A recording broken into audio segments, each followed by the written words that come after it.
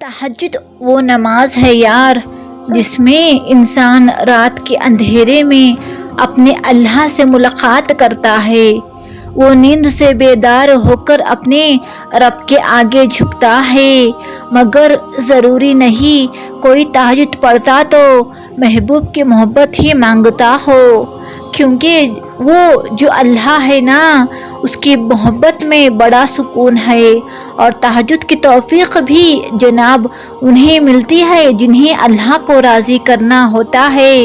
تہجد کے وقت کا سکون صرف وہی سمجھ سکتا ہے جس نے تہجد میں اللہ سے باتیں کی، جس نے تہجد کی نماز میں بھی دنیا کی محبت نہیں اللہ کی محبت مانگی ہو۔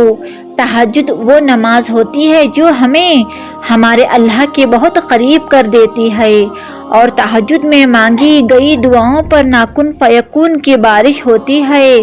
جب بندہ گڑ گڑا کر اپنے رب العزت سے دعا کرتا ہے تب اللہ بھی دعاؤں پر کن کہہ دیتا ہے۔ آپ کو کوشش تو کریں اللہ سے دوستی لگانے کی، اور جس دن آپ کی دوستی اللہ سے ہو جائے گی نا، یقین مانیں آپ کو لوگوں کی ہمدردی کی ضرورت نہیں پڑے گی، نہ ان کے پیچھے بھاگنا پڑے گا۔